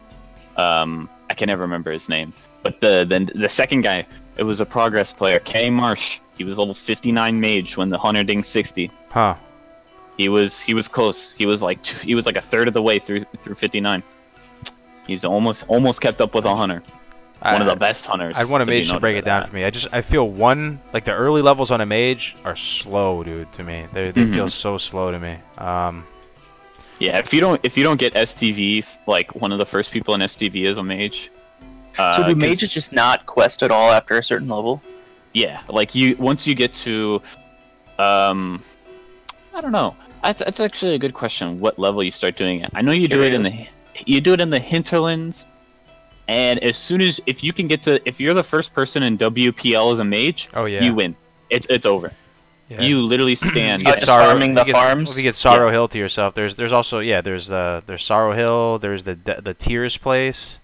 There's a bunch of places over there. Kenny Marsh. He's not only a great raider and a progress player, but he is probably one of the best mage levelers that I've ever seen. Yeah, I mean, I think you just have to find a way to get ahead of the pack on a mage. I would assume that means like you're going to be either getting mob tagged up or you're going to... Yeah. But hunters will always be consistent, even in like middle pop areas. If you're not like super far ahead, you can still blaze through. Yeah, you heard it here first. And also Leicester World First Paladin 60. I'm going for it. Hell yeah, dude! If they have 10k pop servers in Classic, it's DOA. I mean, that's what we'd be used to, though. That's the thing, MN8. Like, that's what we're kind of used to. It wouldn't be the most shocking thing to us. But, I mean, to the average player who's logging in to play Classic WoW for the first time in a bunch of years, and they can't do their first quest, and they can't tag a freaking kobold, maybe that's why Blizzard is doing the sharding. I don't know. Like, maybe those people are just going to have such a bad time and just tap out, like, right away. Yeah. I think it's kind of cool when there's a shit show of the server and everyone's just finding ways to sneak in a little XP here or there, but... Yeah. After playing on the Elysium restart and Northdale launch, and just during Nost at all, like I will say higher pops are fun, but as a new player on Nost, that's why I didn't play on Nost, was because just getting out of the I rolled a horde back on Nost and then I re-rolled my paladin on Elysium. Just getting out of the Barrens was quite literally took me like 2 days of in-game time. Yeah. Just in the Barrens, and I can't do this anymore. Then it's so frustrating. Yeah, because they didn't have quite as good and balanced dynamic respawns on Nost. The Elysium guys, and especially the Lights Hope guys, have tuned it a little bit better. But it was difficult to say the least. Yeah. Yeah, I'm probably going to go... I think duo leveling might be good, too. Well, you really just have to feel it out. I hope there's a beta or an alpha or some kind of announcement sometime soon. We can give us some color on how many people are going to be on the server. It's going to really change a lot. I will say, personally, I was... And I know a lot of people were, and a lot of people are looking for some... silver lining, but I was very disappointed with the with the demo. Yeah. That's just me, though. A lot of us were. I mean, I think that's kind of the general consensus, but I know a lot of people are still being positive, so it'll be interesting to see. I just want them to fix a lot of the numerical values more than anything. Like, I know a lot of people were like, "Oh, they got all this right, and the classes and the specs were right," but I just want to see like the numbers being correct more than anything on my part. And one thing I find interesting though is that like a lot of the private server people who are like pretty hardcore on Northdale and Lightbringer and stuff, like they were raging pretty hard, and even myself included, there was a lot of really frustrating issues. But I found it kind of interesting that there were a lot of like retail BFA YouTubers and people who make content for that. All of their Classic WoW videos seem to be pretty positive. Like people were saying, like I played Classic WoW and it blew my freaking mind. It was so cool. And well, that's BFA is so bad. Yeah, they don't understand. And maybe some of those people haven't been in these zones, in their old form in so long that shock value was just so cool to them enough, to overlook and everything else and stuff like that. But I wonder, my point is, I wonder what the overall consensus. So BFA players are the majority, right? Like we're the small, tiny minority of people that are like, playing on like real private server players and no changes guys are the minority. Are the minority, right? That's what I would assume. I mean, that's what we hear a lot of the times, because we all subscribe to the same YouTubers and we all talk in the same Discords, right? Yeah. And but in reality, most people, they don't know what a paladin playstyle is like. They don't know what a molten core run looks like on vanilla. Like, well, you actually raid Dusty. Yeah, okay. Go ahead. I raid retail right now. Retail, yeah. Like. It's pretty stale, but as far as leveling goes, you just looking for group. Like I don't think I've done a quest on 3 characters. Yeah. Like You get Even to, after the patch. well, you get to 100, and then you Legion farm, or you go to Legion and you farm you just log in for every 4 or 8 hours or something for the invasion, and then when you get to 100 or 110, whatever it is, you just do expeditions to 120. Like you don't have to do a quest in the entire game. You don't even have to play your character. What does so you're raiding? You are actually actively raiding on a BFA guild in BFA, right? So what do the BFA people think about Classic? Because that's probably a taste of what the majority of people are feeling. Is it positive? Is it negative? Do they hate it? Do they love it? Are they excited? Half of my guild is excited. The other half doesn't care. Some of them are like, yeah, I'll log in, but I'm not gonna take it too serious. Like it looks like some of them will play, some of them won't play. One thing that I saw kind of disturbing, I don't know, was check it, don't know. Oh, we got a dono. Luca, Clemente, Cargos, good morning. Like your streams, keep up the good work, stay positive, have a coffee. Luca, thank you, man. Thank you, bro. You're always donating and always supporting the channel. Thank you so much, Luca, man. At Cargos, good morning. Like your streams, keep up the good work. It'll be interesting to see what the expectation is of the people that are playing retail, because a lot, like what I've gotten feedback from friends and guildies are that they don't like the fact that there's no more progression. Like, you know how we were talking about it's a positive? Yeah. Some of them look at it like, oh, well, there's no more I can go. What's the point? Interesting. It's like it's a static game. Like that sounds like it's the opposite effect. They think it's pointless because there's no. Exactly. Interesting, dude. That's so freaking interesting. The other thing is, so I was watching some of the main PvPers in BFA, and you know, they were just making vanilla PvP sound like a joke. I don't know, I can't really sugarcoat it. Like, I think a lot of the BFA PvPers and a lot of the retail players think that vanilla WoW PvP is very much rock, paper, scissors, and some classes are just totally bad, and that it's so imbalanced and stuff like that. And at least from my perspective, I feel like, you know, the gray area that all these wonky engineering items and consumables and the non-templated arena environments, you know, kind of actually make it more sophisticated and potentially add a level of unquantifiable balance, you know, to the game, and that it's not a joke, you know, by any means. And that was one thing I kind of found disturbing, because they're all just totally aligned on the fact that vanilla PvP is a joke, and I don't know, that was one piece of thing that I saw. It's also a different monster. You have to think retail PvP is mostly just arena grinding, so it's mostly just 2-on-2 or 3-on. Like, you're not. There's rated battlegrounds and people do them, but for the most part, it's just farming arenas. So it's like 3-minute, 5-minute fights of stacking classes. Yeah, RBGs too, though, right? On a rank. Yeah, RBGs and arenas. I mean, you can watch, if you just watch like a retail PvP video, a lot of the playstyle for PvP is like, it's more reactive, like using cooldowns to kill people, slower, much slower fights that can last like double-digit minutes sometimes. You're just biding your time. You have your initial opener, and then you sit back and you wait for your cooldowns, and you try to like not use cooldowns to make your opponent use cooldowns so that their defensives are down when your offensives are up, and then you just like CC a mob and blow your load and try to kill them. Mm-hmm. At least I play our rogue priest mage, so that's like our strategy. Yeah, it's a classic. I mean, it could be. I mean, obviously, I'm super biased at this point, so maybe this is just null and void. But I do find spectating, the viewership experience of watching vanilla PvP, to be superior than the BFA one. Like, in some ways, it's more simple. Maybe it's just because I can understand it a little better. I don't know, but watching vanilla PvP is so cool, man. I really enjoy watching the duels and. Yeah. I'll share a pretty controversial opinion, and I know a lot of people are going to argue with me with this, and even as a casual streamer, it's hard to accept. Watching World of Warcraft is boring. Yeah. I'm sorry. It doesn't matter if it's retail, it doesn't matter if it's vanilla PvP, raiding, world first content. In my opinion, watching World of Warcraft is just not that exciting. Yeah. Pardon me. It's like baseball. It doesn't look that great, but it's fun to play. It's damn fun to play. It's good background. It's almost a thing. platform. Like, I'll keep one on. The gameplay isn't so much a thing exciting you, but the kind of the personalities and the community aspect potentially are the more exciting parts of the streams. MTV119 just subscribed with the tier 1 sub. Yo, thank you very much, MTV. I appreciate you supporting the channel, my friend. Thank you very much, bro. Like my first KT kill that I streamed, usually I get like 10 viewers on my stream. It's just a super casual thing. But on my first KT kill, on the last day, like we busted out like 81 viewers, and they were all people from Darrowshire. Like, Yeah. it's just all community. It's Yeah. all Oh, yeah, people who 100%. know me, and they're rooting for you.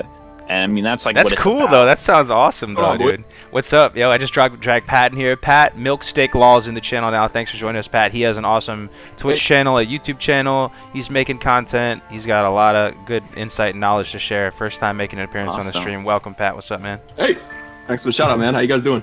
My mic was a little fucked up the other day. Is it still fucked up or am I good? No, you're good, bro. Better than my mic, dude. Sounds great. Cool, cool.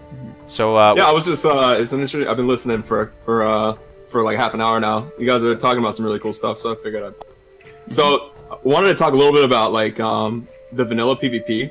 So one of the things that I found, and again, like I played every class to a decent extent. So I think one of the things when you mentioned the rock paper scissors sort of thing, it kind of resonated on some level where for a while it did feel that way, but you get past that after a certain point in time. Once you've played enough and you've played like a lot, you start finding ways around that sort of cookie cutter mold where you find different things to do and different, like kind of like from the fundamentals of just managing your GCDs to like really complex stuff like you see in Perplexity videos. There's a big spectrum of shit.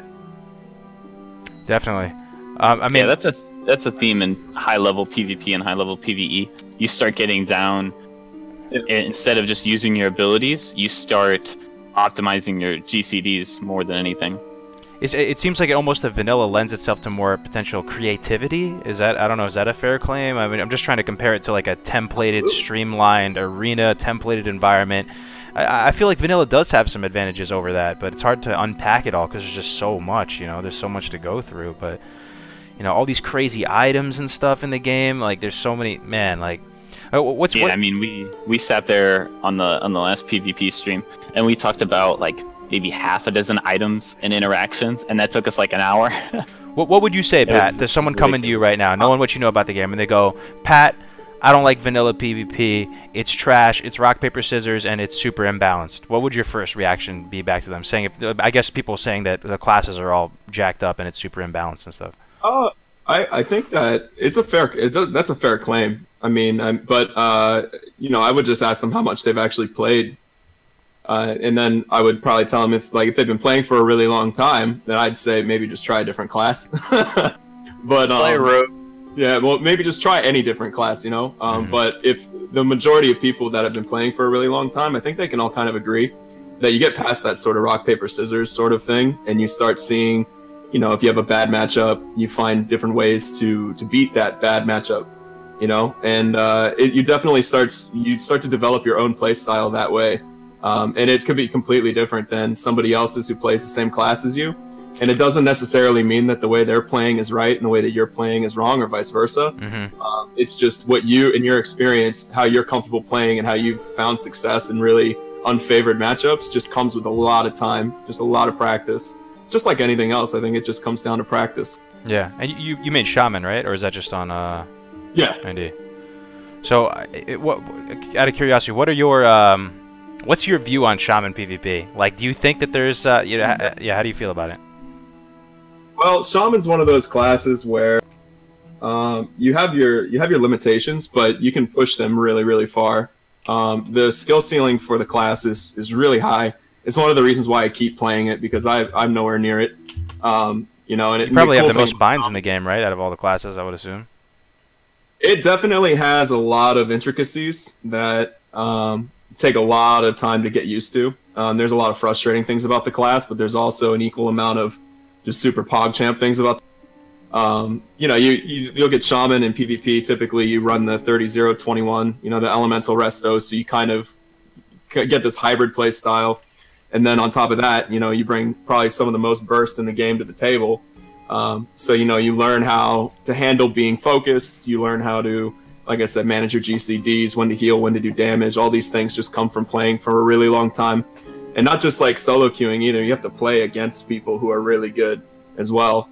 You know, because you're just getting ignored and you just get to cast lightning all game, you know, throw down lightning and there's 1 to 2 shot people all day. You're not really learning much. That does seem pretty pog, yeah. That's one of. And it happens, and it's fun when it does happen. But the thing about Shaman is that, honestly, it doesn't have any hard counters. There are difficult matchups for sure, but a lot of it just comes down to how to deal with certain things. There's an answer for every situation when it comes to Shaman. If something bad happens, there's a way you can prevent it if you play well enough. So that's the one thing I do like about Shaman, is that there's pretty much an answer for anything. You have enough tools, yeah. I mean, you have freaking every tool in the books. Absolutely. Very disruptive playstyle. What are some of your best and worst matchups? I think a lot of people are, because it's so frustrating when you get ganked out in the open world, especially when you're leveling and stuff. It's just it can be so frustrating at times. I think people do care about 1v1 matchups and stuff like that. Maybe while leveling and stuff like. What do you think some of the best and worst matchups are for you as a shaman? Let's say enhance or let's say enhance. I assume most people will be leveling as enhance or. Oh, okay. Yeah. So from an enhancement shaman's perspective, it's actually really funny. Your best matchups as enhancement are your worst matchups as elemental. So whereas as enhancement, warlocks and shadow priests are, very very easy matchups, very straightforward. You have to utilize your grounding totem and your tremor totem correctly. You have purge and you have your earth shock as well. And then from there you just kind of go for the Wind Fury procs. You have Nature Swiftness available to you if you're playing PvP spec. If not, there's other tools you can use to help heal yourself up. And you just gotta outlast them. I mean, like, it really does come down to just getting Wind Fury. That's kind of the reason why I don't like enhancement as much, because but those are the easy matchups, I would say. Any of the squishies, mages are a little bit tougher, but you do have improved Ghost Wolf, so it helps out a lot. Whereas vice versa, when it comes to elemental, warlock, in my opinion, is the hardest counter. Curse of Tongues is just devastating. You don't really have an answer for that. That's why I just make good friends with a mage. Go duo PvP. There you go. That's one of my favorite things to do, is do like Druid Shaman or Mage Shaman. That way you can kind of cover all bases. And Shadow Priest as well are a tough matchup for elemental, but not quite as hard. So it's funny that you brought up enhancement, because enhancement shaman counters are more things like rogues and warriors can be pretty tough. Pretty much anything that does a lot of damage and can stick to you is going to be tough. But as elemental, the warrior matchup is very simple. You just have to be comfortable in the dead zone, which is, if you guys don't know what the dead zone is, it's like a 5 to 8 yard range. Just like the hunter dead zone. Whoever you're fighting. Yeah. Yeah. I know Kargaz has talked about this a lot, so you guys probably already know. But yeah, you want to just mechanically, if you play everything right, rogues are pretty simple. Druids, it's kind of just like who has a bigger mana pool kind of thing. But yeah, most of the matchups are pretty simple on elemental, save warlock and shadow priest. Now you hear this a lot with shamans. You hear this a lot where they say 40 plus elemental starts to really turn on because you get these deeper talents and stuff. Are you aligned with that? Are you gonna go actually level? Well, how are you gonna level as a shaman? Are you gonna go Ellie, enhance? You're gonna switch. You're gonna switch it up. What's funny is I don't really have. I prefer the Flame Tongue dagger or the Wind Fury dagger kind of build. Yep. I'm just lazy, so I mean it's just easier. Less downtime. But I'm always screwing around with different stuff. I'm always just like farting around, trying different specs and all this and that when I'm leveling, just because it's a good time to do it. If your respec cost is low and you want to try something different, you find a way to be more efficient, or maybe you just want to go two-handed build just because you're bored, and do all that kinds of stuff. So I always kind of switch it up when I'm leveling, just because of the the monotonous process of it. It takes so long, and in addition to me just not being a fan of leveling. Yeah. A lot of people love it and they get immersed in it, and whatever floats your boat. Right. But for me, I'm just trying to get to the end game. So you're gonna go one-handed. You're gonna go one-handed fast dagger with a shield and Wind Fury all the way to 60. Or are you gonna respect Ellie at some point, or is it just gonna be that all the way to 60? You think? Normally around level 50, I respec to take Nature Swiftness. Okay. Because it's just an emergency heal for when you get ganked in World PvP, or if you need to go heal a dungeon. You have enough points into Restoration to be able to sustain your group, and you can get away with healing. Up to level like 50, you don't really need any points in Restoration to heal groups. You just need to have like inlet gear and stuff. So, I mean, it just depends on what you want to do. It might be a good idea to start working on some of those attunements around like level 55. So you might be running some stuff. Yeah, you're starting to heal more, do BRD, and you're starting to get your attunements done. Yeah. But yeah, I think that for me, the most just efficient and like streamlined leveling was just with Dagger, Flame Tongue, or Dagger Wind Fury and just, you know, fast dagger. And then just damage mitigation talents from, you know, enhancement, and just trying to save as much mana as you can between pulls to try and reduce downtime. And then from there, you'll start seeing the leveling process speed. How do resto shamans do in PvP? Do you have no win condition? Do you have any sort of win condition as a, you know, can you out attrition people, or you just have to disengage? So, I like playing restoration from time to time. It's definitely more. You're basically an Outlast spec where you have a lot of survivability, and you're just trying to. It's all about positioning when you're playing that way. If you position yourself correctly, and you're not putting yourself in a position where you're going to be, you know, charged and hamstrung, or you know, you're close enough to your other support classes, like hanging around near a hunter is probably a good idea. So they can scatter a rogue off you. You play just like a resto shaman would. But you know, you're looking to, you know, poison cleanse, and then you're looking to CC when you can with rank 1, you know, frost shock or earthbind totem.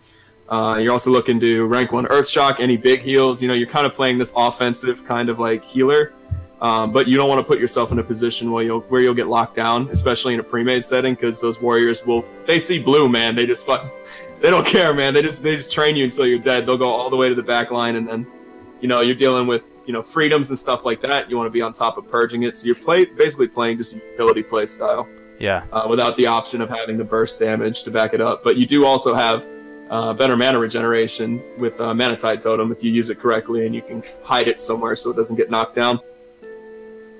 So to a newer player, you know, getting into Classic right now, and let's say they want to go Horde and they want to heal, and they want to, you know, PvP and heal, and you know, and people are telling them priests are the best healers in vanilla. You hear that, it's just kind of like jargon you hear thrown around. What would you say? What kind of cool things do you think shamans offer over priests that makes it worth playing, or what you find rewarding? Because people always say, you know, priests are topping in HPS and raids and in PvP. I mean, yeah, I mean, priests are great. I don't think it's really a competition between the two, but the one thing that shaman does bring to the table is the raid healing, the AoE healing via chain heal. It's just something that a priest doesn't really offer. They have their, you know, prayer of healing within their own group, but that flexible raid healing is really valuable, especially later on. You know, on going into Nax Ramus and stuff like that. Really later on, you see just how good it becomes.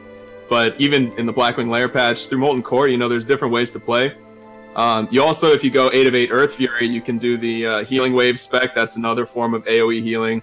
You know, and it also buffs your raid, you know, raid members with your Ancestral Fortitude, and then the Healing Wave buff on top of that. I mean, I would say that if you're, you know, trying to compare the two, I would say that priests are much stronger single target. They're probably like the bread and butter of your healing core, but shamans bring more raid healing, and of course totems, you know, utility comes with it as well. So it's really just depends on how you're looking at it, but I don't think it's really a competition. I think both classes complement each other in a raid setting. Yeah, I mean, and so someone mentioned it in chat. You have more survivability than a priest in some senses, in the sense you can, you know, disengage, go Ghost Wolf, run away, maybe kite a bit better, have some more tools in that sense. So yeah. There's a little bit of that. Ghost Wolf is kind of underwhelming in vanilla.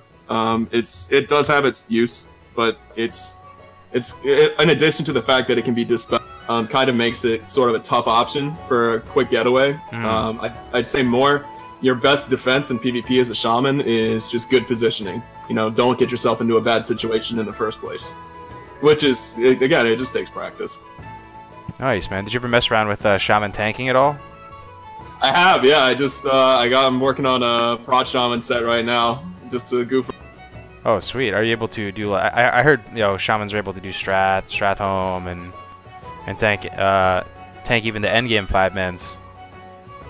Yeah, I did a strat, and I've done, you know, tribute runs and stuff like that.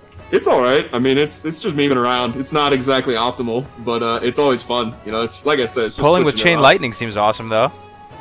Pulling with Chain Lightning is awesome. It's a good way to generate threat. Yeah. Yeah. It's definitely, trust me, playing Elemental, you run into the same issue. Yeah. Shamans have the best initial threat. That's for sure. Yeah.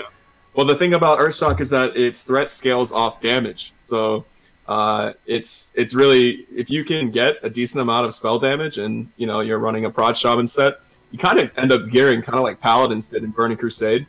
That's very similar to that. So your Earthshock threat scales off of spell damage, so it is you know, it's one option. I mean, again, if you're bored or if you're just trying to fart around, it's fun.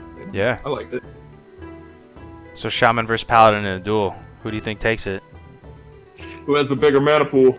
Yeah, pretty much. I want to see a holy Shaman. I mean, holy Paladin versus Resto Shaman duel, dude. Sweet, the duel would take ages. The ultimate attrition match, yeah. We fucked around one time. We did holy Paladin duels. I mean, like, just like 10, 15-minute duels between two holy Paladins. Here's a question. Never. Here's a question. So let's say you're in Gurubashi Arena. Let's say if you kind of had to do like a pseudo arena type deal in vanilla, right? And let's say you went to Gurubashi Arena or whatever it is, and you had to do twos. Who would you think? What two-person combination do you think would be up on top? Do you think it's gonna be similar to how it was in TBC and stuff with the Shaman Warrior or a Shaman? I mean Warrior Paladin and stuff. Who do you think would be the strongest twos combinations? So we've actually done that before, and we did Pally Warrior versus Shaman Warrior, and we ended up winning 3-2. I can't remember who we were playing against. I think it was Lavos and Jake versus like me and Chip One, who's a warrior from LB. I don't know if you remember him, but yeah, we kind of wrecked them. But it's again, it's kind of a crapshoot, you know. Yeah. It really just depends on the players. But I think that Shaman Warrior is an excellent combo. My favorite personal combo is Shaman Mage. And the reason for that is just simply because mages they can peel you so well, and then you just get all this breathing room to do all these things that you wouldn't normally get to do, against warriors and rogues, and you even have an answer for warlocks, which is always a blessing. Man, I don't like warlocks. Yeah, you don't like the warlocks as a shaman, huh? One thing that was interesting with that PvP panel, because you do a lot of pre-mades and stuff, right, Pat? You've been ranking stuff, right? I don't know if you heard Serrana talking about the other day. He was talking about how the best pre-made he ever went up against was a caster cleave. Dude, that sounded so cool, where they stacked warlocks. And I mean, what do you think about a composition like that? Man, it depends. I mean, if I knew that's what I was facing, I would just run like 12 warriors and 3 shamans. I think that's about the best answer you could possibly, But no, they can really mess stuff up. Like, especially warlocks. If you have more than a couple of apt warlocks that know what they're doing, man, they can shut everybody down. And it becomes this long list of things you have to dispel. And on top of that, you have Mortal Strike. You run a couple warriors and then a bunch of casters, and you're dealing with all these like interrupts and polymorphs and curses and the rot damage on top of the Mortal Strike from the warriors. Yeah, they can run through you. Dude, that's what I'm doing, man. That sounds so fun to me. I don't know. I'm gonna try and I'm gonna main warlock for this. Rot. Yeah, that's a comp that'll rot you. Just hots and dots, man. Terrible to play against, but I guess a good answer would just be to like run a Mongo comp and just like give you Wind Fury. Here you go. Yeah. Just get the paladins. Do people down. do that in vanilla? Do people like counter queue each other like that? And if they're running a certain thing, they'll switch it up and try and counter queue into them and roll them with a Mongo comp, as you said. Does that happen a lot? Well, see, we got an issue right now where it's mostly just people either if they lose, they just go queue Alterac Valley, or they just dodge. So, maybe we'll see it on Blizzard Classic. I'd love to see it. People not just give up after a loss or two. Yeah. But there's no way, there's no reason why it shouldn't happen.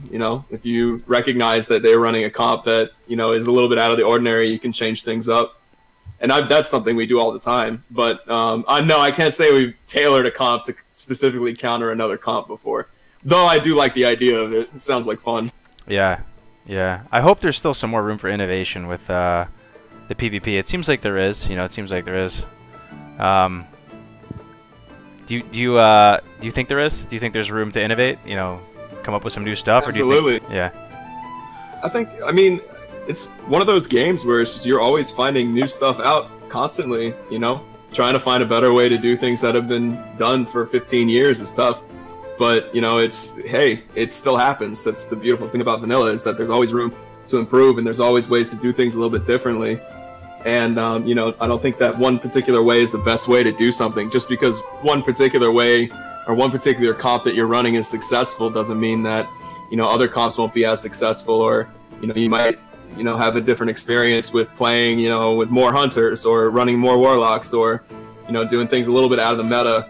It's not like game breaking like it is in other games like League, for example, or even just the current arena meta in WoW. You know, you see these bread and butter comps that are run, and you know, you see people get rating really easily that way. It's just not the case in vanilla because it's so down to the individual player as to, you know, like what you can do and how far you can push things. And you know, there's always room for improvement in vanilla. It doesn't matter how long you've been playing. I think there's always a way to get better.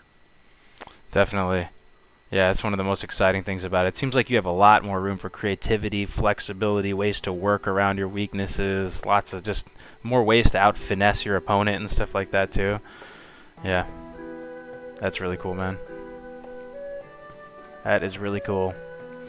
So, bros, we've been streaming an hour and 54 minutes. I'm going to start wrapping it up here if you guys have any other questions. Oh, what's your stream, Pat? I want to put it in the chat, people to follow you. Here, I'll type it in Discord. Okay, cool. Yeah, be sure to follow these guys if you guys enjoyed hanging out. These guys are awesome, man. Lestor and Pat both streaming. You've been putting out some videos too, huh, Pat, recently? Yeah. Real quality content. Hell yeah. Hell yeah, man. Did you PM it, or let me see? I just typed it in Discord. It's in Baron's chat. In Baron's chat, okay. All right. So there's what's yours, Lestor? Just same spelling, twitch.tv/Lestor. Okay. I only stream maybe once or twice a week though. Okay. I did fix recently. I fixed my FPS issue. I downloaded a new client, and it looks like my FPS issue is fixed now. So maybe I'll stream more, and now that it's not 10 FPS during raids sometimes. That's great. That's great. You earned to follow both you, GG. Oh, appreciate that, Braf. Yeah, thanks for following. Yeah, follow these guys. These guys are awesome to hang out with, and they're putting out some good stuff. So we're gonna end it here, guys. I'll see you tomorrow. We have a PvP panel tomorrow, PvP workshop number 5. We'll have North and Taka and a couple other people on there, so that'll be tomorrow. And then Good Morning Azeroth podcast on Thursday, and hopefully a couple videos this week as well. So thanks for tuning in, guys. I'm gonna end the stream here. Have a wonderful day. Happy holidays. See you next time.